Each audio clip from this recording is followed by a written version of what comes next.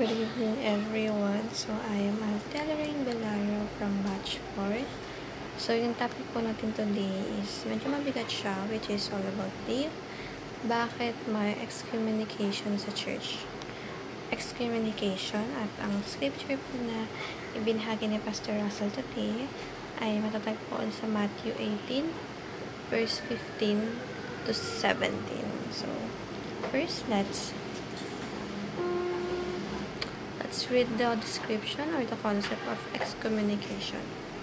Excommunication is the final and most serious step of church discipline.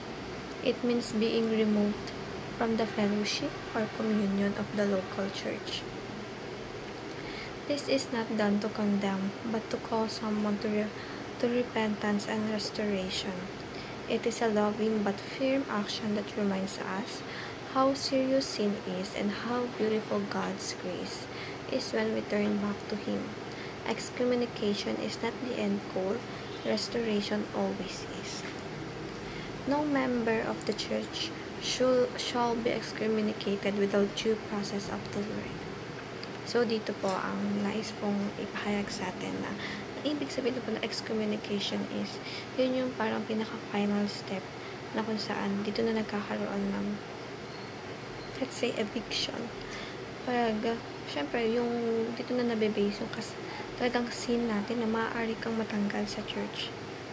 Pero, dun nga pinapalabas yung repentance and restoration. Kung gaano ka willingly mag-repent sa Panginoon at magbalik loob sa Panginoon.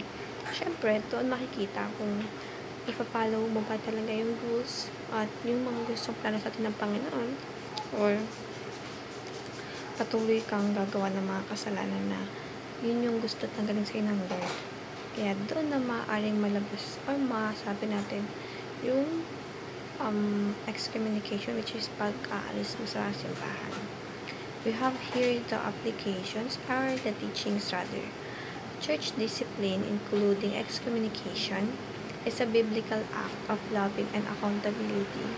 So, dito nagpapakita doon ng pagmamahal at pagiging accountable sa bawat isa. Dahil ang church po, hindi lang siya basta bahay-sambahan. Ito rin po yung way upang mas ma-devote yung isang tao sa pagiging Kristiyano at mas mapalapit yung relasyon mo sa Panginoon.